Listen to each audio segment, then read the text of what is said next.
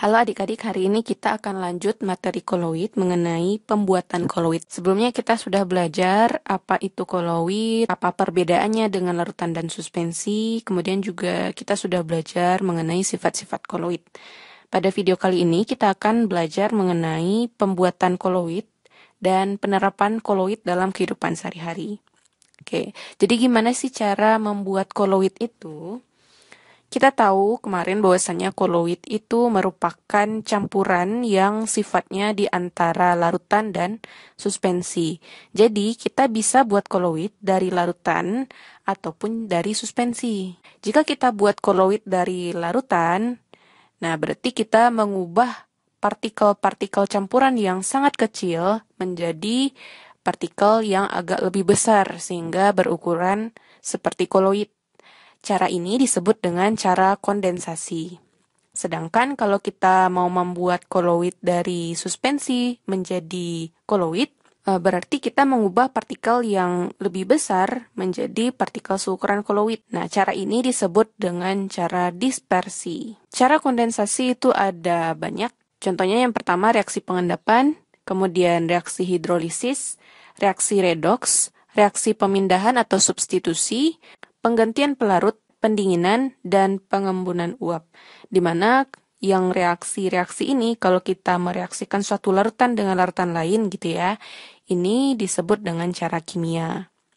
Sedangkan yang nggak pakai reaksi, misalnya mengganti pelarut saja, atau dengan cara mendinginkan, mengembunkan, ini namanya cara fisika. Kemudian untuk cara dispersi, itu juga ada beberapa, contohnya adalah dengan cara mekanik, cara peptisasi, dengan cara busur Bredig, cara homogenisasi, dan cara ultrasonik. Apa sih maksudnya kata-kata ini gitu ya? Apa artinya cara mekanik? Apa artinya cara peptisasi? Apa maksudnya penggantian pelarut? Kita akan bahas satu-satu. Yang pertama tentang cara kondensasi dulu. Jadi kita mengubah larutan menjadi koloid. Ada dua cara tadi, dengan cara kimia atau dengan cara fisika. Cara kimia berarti kita mereaksikan suatu larutan dengan larutan lain, sedangkan cara fisika berarti tanpa adanya reaksi kimia. Oke, kita lihat dulu yang cara kimia. Reaksi pengendapan. Jadi di sini kita mereaksikan suatu larutan dengan larutan lain yang kemudian menghasilkan endapan. Di mana endapan itu merupakan koloidnya nanti. Nah, contohnya dalam membuat koloid AgCl atau sol AgCl. Jadi AgCl ini merupakan koloid jenisnya sol. Ini bisa kita buat dengan cara mereaksikan AgNO3, larutan AgNO3, perak 1 nitrat ya, dengan larutan NaCl, natrium klorida. Bisa juga sol AgCl ini kita buat dari larutan AgNO3 yang direaksikan dengan asam klorida atau HCl. Larutan juga ya. Nah, jadi di sini nanti akan terbentuk sol AgCl. Cara kedua adalah dengan reaksi hidrolisis. Masih ingat hidrolisis? Hidrolisis itu adalah reaksi dengan air, molekul airnya akan pecah menjadi H+ dan OH-. Jadi ada suatu larutan yang direaksikan dengan air. Contoh, dalam pembuatan sol FeOH 3 kali atau sol AlOH 3 kali. Kita reaksikan FeCl3 larutan dengan air. Jadi reaksi hidrolisis sehingga terbentuk sol FeOH 3 kali. Kemudian untuk sol AlOH 3 kali juga dibuat dari larutan AlCl3 yang dihidrolisis atau direaksikan dengan air. Berikutnya, reaksi redoks. Apa itu reaksi redoks? Reaksi redoks itu adalah reaksi yang terjadi perubahan biloks naik dan perubahan biloks turun. Nah, gampangnya seperti itu. Jadi ada reaksi redoks di sini, reaksi reduksi dan oksidasi. Contohnya adalah dalam pembuatan sol emas, Au ini emas ya, dan pembuatan sol belerang atau es. Nah, jadi kalau sol emas ini dibuat dari larutan AuCl3 dengan formaldehid ya, HCO3. Itu namanya formaldehid dan air. Nanti akan terbentuk sol emas. Kemudian untuk sol belerang ini ada dua cara. Yang pertama dengan mengalirkan gas H2S dalam larutan SO2 bisa terbentuk sol belerang, atau bisa juga dengan mengalirkan gas H2S pada hidrogen peroksida H2O2 larutan juga sehingga terbentuk sol belerang. Kemudian reaksi pemindahan atau reaksi substitusi. Masih ingat nggak reaksi substitusi? Reaksi substitusi itu adalah reaksi penggantian pasangan. Biasanya ini terjadi antar senyawa ion yang bereaksi, kemudian nanti pasangan ionnya berganti. Terbentuk nanti koloid. Contohnya di sini dalam pembentukan sol AS2S3 atau pada pembentukan sol belerang lagi, AS2O3 larutan yang direaksikan dengan gas H2S. AS2O3 kan ion positifnya AS3+ ya, sedangkan O-nya -2. Dan H2S itu ion-ionnya ada H+ dan S-2. Pasangan AS yang semula O diganti menjadi pasangannya si H2S. Nah, pasangan si H. Terbentuklah sol AS2S3, kemudian sisanya jadi air. Begitu juga untuk pembentukan sol belerang di sini. Jadi ada Na2S2O3 larutan direaksikan dengan larutan HCl. Nah, nanti pasangan dari masing-masing ionnya berganti. Na awalnya pasangannya S2O3 ya. Sekarang di sebelah kanannya berubah jadi NaCl. Jadi diambil pasangan si H-nya. Kemudian H-nya berpasangan dengan SO3. Dan S yang satu lagi sisa menjadi koloid, sol belerang. Jadi rata-rata dalam pembentukan dengan cara kimia itu dihasilkan kebanyakan sol. Kalau cara fisika, kita lihat juga nih, cara yang pertama adalah penggantian pelarut. Jadi pelarutnya diganti ya. Tujuannya adalah agar mempermudah koloid ini yang semula tidak dapat larut dalam suatu pelarut menjadi bisa larut. Contohnya adalah dalam pembuatan sol belerang atau dalam pembuatan gel kalsium asetat. Nah, jadi belerang ini sebenarnya dia kan sukar larut dalam medium air. Sementara sol belerang adalah padatan belerang yang terdispersi dalam air. Di sini diganti dulu pelarutnya atau air itu dengan alkohol. Karena belerang itu mudah larut dalam alkohol. Kemudian larutan jenuh dari si belerang dalam alkohol diteteskan sedikit demi sedikit ke dalam air. Nah, jadi nanti akan terbentuk sol belerang. Cara kedua adalah cara pendinginan. Tujuannya, pendinginan ya, didinginkan. Tujuannya adalah untuk menggumpalkan suatu larutan sehingga menjadi koloid. Karena koloid itu kan partikelnya lebih besar ya daripada larutan. Jadi supaya dia agak lebih besar, didinginkan dia supaya menggumpal. Nah, kemudian pengembunan uap dengan cara menguapkan terlebih dahulu larutannya, kemudian baru didinginkan sehingga dia mengembun. Nah, contohnya adalah pada sol raksa atau Hg. Jadi sol raksa itu dibuat dengan cara diuapkan dulu raksanya, kemudian uap raksa itu dialirkan melalui air dingin sehingga dia mengembun dan diperoleh partikel raksa yang berukuran koloid. Itulah pembuatan koloid dengan cara kondensasi. Berikutnya cara dispersi. Dispersi ini berarti mengubah partikel campuran yang berukuran suspensi menjadi koloid ya, menjadi lebih kecil partikelnya. Ada beberapa cara tadi. Yang pertama dengan cara mekanik. Cara mekanik itu maksudnya dengan cara penggerusan zat padat hingga halus. Kemudian setelah digerus hingga halus, didispersikan ke medium pendispersinya. Kemudian setelah didispersikan, kadang-kadang dia mengalami penggumpalan kembali nih campurannya, sehingga perlu ditambahkan stabilizer atau zat pemantap. Contoh cara mekanik ini adalah pembuatan mentega, pembuatan tinta, dan pembuatan cat. Yang kedua, cara peptisasi. Cara peptisasi ini adalah dengan memecah partikel zat yang mengendap dalam medium pendispersi air menjadi berukuran koloid. Nah, proses ini nanti bakalan diikuti dengan penambahan suatu zat elektrolit atau dengan menghilangkan ion-ion elektrolit penyebab pengendapan. Contohnya ya adalah dalam pembuatan sol AgI atau perak iodida. Sol perak iodida itu dibuat dengan cara mencampur AgNO3 dengan Ki, larutan Ki.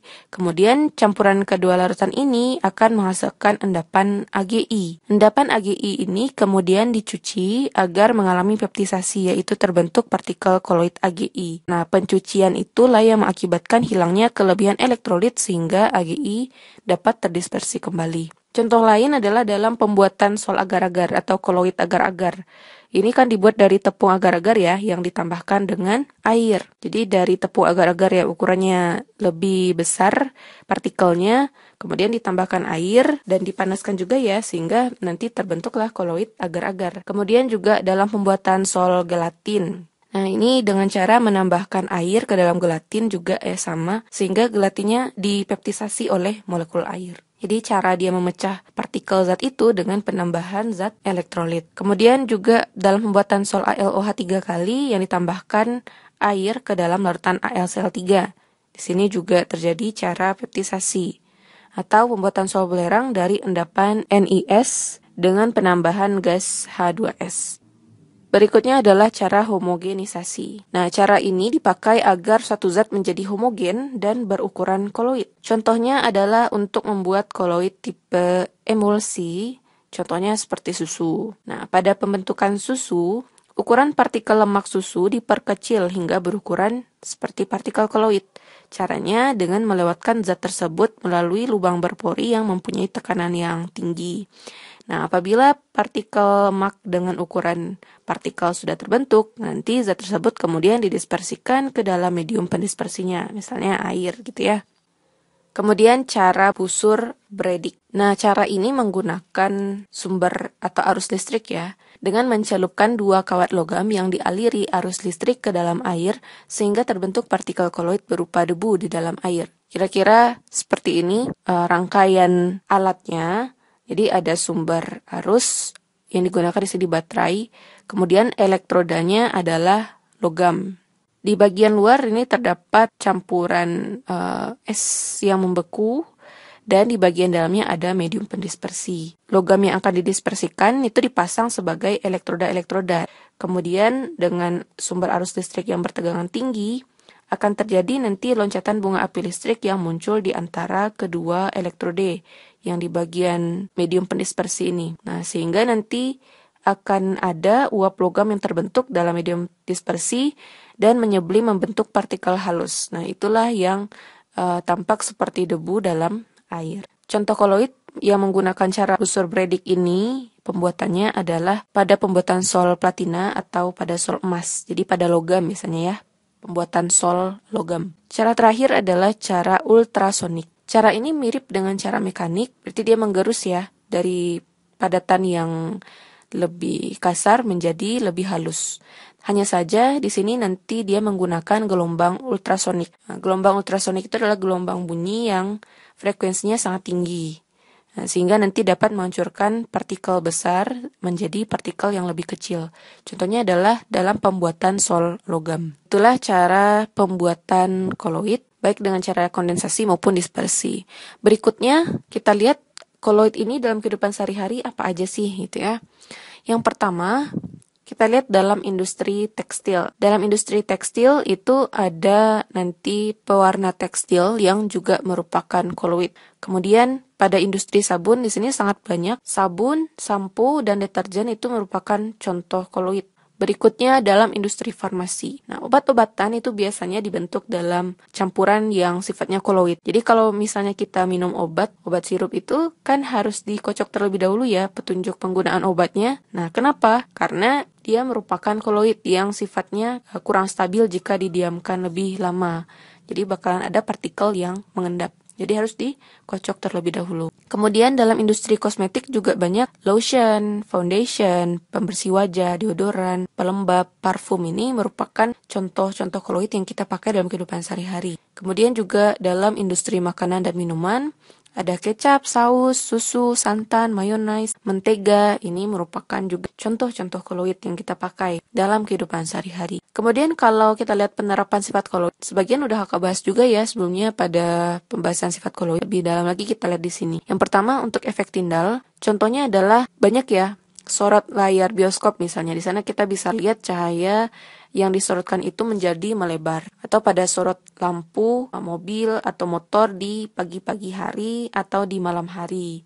Kemudian juga cahaya matahari yang merembes di antara pepohonan itu juga bakal kelihatan di pagi hari biasanya ya, yang lebih jelas karena menembus debu. Atau kemudian untuk sifat elektroforesis masih ingat? Oh ya, untuk efek Tyndall masih ingat apa sifatnya? Efek Tyndall itu adalah peristiwa penghamburan cahaya oleh partikel koloid. Elektroforesis adalah peristiwa pergerakan partikel koloid karena dia mempunyai medan listrik atau kutub positif dan negatif. Contohnya adalah dalam identifikasi DNA yang digunakan biasanya di pihak kriminologi. Nah, ini menggunakan alat yang menerapkan prinsip elektroforesis. Kemudian penyaringan debu pabrik menggunakan alat yang namanya kotrel juga menggunakan prinsip elektroforesis. Jadi di sini kita lihat debu atau pembuangannya juga sebenarnya udah disaring dengan menggunakan alat ini, alat kotrel namanya, dimana nanti debu itu kan bermuatan ya, jadi pada prinsipnya koloid itu bermuatan. Penyaringnya dihubungkan pada sumber arus sehingga yang bermuatan positif partikel-partikelnya akan mendekat ke bagian sumber arus negatif dan sebaliknya. Sehingga nanti yang dibuang ke udara itu adalah partikel yang sudah bersih. Kemudian dialisis. Dialisis ini merupakan pemurnian koloid ya dari partikel-partikel atau ion-ion yang tidak dibutuhkan menggunakan selaput atau membran semipermeabel. Contohnya adalah hemodialisis yang merupakan suatu alat atau cara cuci darah bagi penderita gagal ginjal. Jadi darah kita juga merupakan contoh koloid. Nah, kalau orang yang gagal ginjal berarti ginjalnya tidak dapat berfungsi untuk menyaring partikel-partikel yang tidak dibutuhkan oleh tubuh ya, tidak berfungsi maksimal sehingga harus dihemodialisis. Nah, alat ini dia bakalan menyaring darah sehingga nanti partikel-partikel yang tidak tersaring oleh ginjalnya bakalan dibersihkan di alat ini. Kemudian koagulasi. Koagulasi ini banyak contohnya bisa jadi penggumpalan karet. Jadi karet ini kan diambil dari getah pohon karet ya, yang lama-lama nanti ditinggalkan bakalan mengeras, menggumpal. Kemudian juga dalam pembuatan delta di muara sungai. Nah, pembuatan delta ini terjadi secara alami ya tentu saja. Jadi setelah mengalir deras air-air di sungai ini nanti pada muaranya biasanya akan ada penumpukan pasir-pasir seperti pada gambar kayak gini. Alat kotrel tadi yang digunakan pada elektroforesis juga menerapkan prinsip koagulasi. Jadi setelah terpisah ion positif dan ion negatif dari partikel koloidnya, maka akan digumpalkan di bagian bawah. Seperti itu. Kemudian koloid pelindung. Koloid pelindung ini banyak contohnya. Masih ingat nggak koloid pelindung itu apa? Koloid pelindung itu adalah suatu koloid yang ditambahkan pada koloid lain supaya koloid tersebut tidak menggumpal. Contohnya adalah pada air susu itu dilindungi oleh koloid kasein ya. Jadi kasein dalam susu mampu melindungi lemak atau minyak dalam medium cair. Nah, koloid pelindung ini atau si kasein ini disebut dengan emulgator. Kemudian mentega itu dilindungi oleh koloid yang namanya lecitin. Jadi lecitin ini merupakan koloid pelindung yang menstabilkan butiran-butiran halus air di dalam margarin. Kemudian gelatin. Gelatin juga merupakan suatu koloid pelindung bagi es krim. Jadi di dalam es krim ini terdapat gelatin yang mencegah terbentuknya kristal-kristal es di dalam es krim. Kemudian dalam cat atau tinta itu dilindungi oleh koloid pelindung yang namanya minyak silikon. Jadi dia digunakan supaya campuran zat warna dan oksida logam dalam catnya itu stabil gitu ya. Dia melindungi campuran zat warna dan oksida logam dalam cat. Berikutnya adsorpsi. Adsorpsi itu adalah penyerapan partikel-partikel koloid pada permukaan. Contohnya pemutihan gula tebu. Gula tebu itu kan awalnya berwarna sedikit kecoklatan atau kekuningan gitu ya. Kemudian diadsorpsi menggunakan tanah diatomi dan arang tulang sehingga zat warna kuningnya jadi keserap di sana dan jadi lebih putih gula tebunya. Kemudian penjernihan air menggunakan tawas. Jadi tawas itu merupakan suatu zat yang dapat ditambahkan pada air yang kotor gitu ya, yang keruh, air keruh, sehingga nanti partikel-partikel pengotornya akan nempel di bagian tawas ini, permukaan tawas. Jadi nanti tawasnya bisa kita ambil, bisa kita pisahkan ya, karena ukurannya jauh lebih besar, sehingga murnilah atau jernihlah air.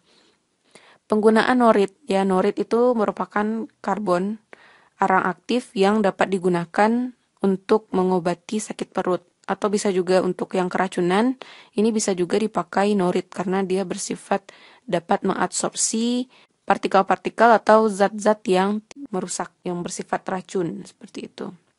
Ya, itu dia. Dengan begitu, kita sudah selesai untuk materi koloid. Terima kasih sudah menyaksikan video ini sampai akhir. Nantikan pembahasan contoh-contoh soal dalam materi koloid ini. Sampai ketemu di video berikutnya. Assalamualaikum warahmatullahi wabarakatuh.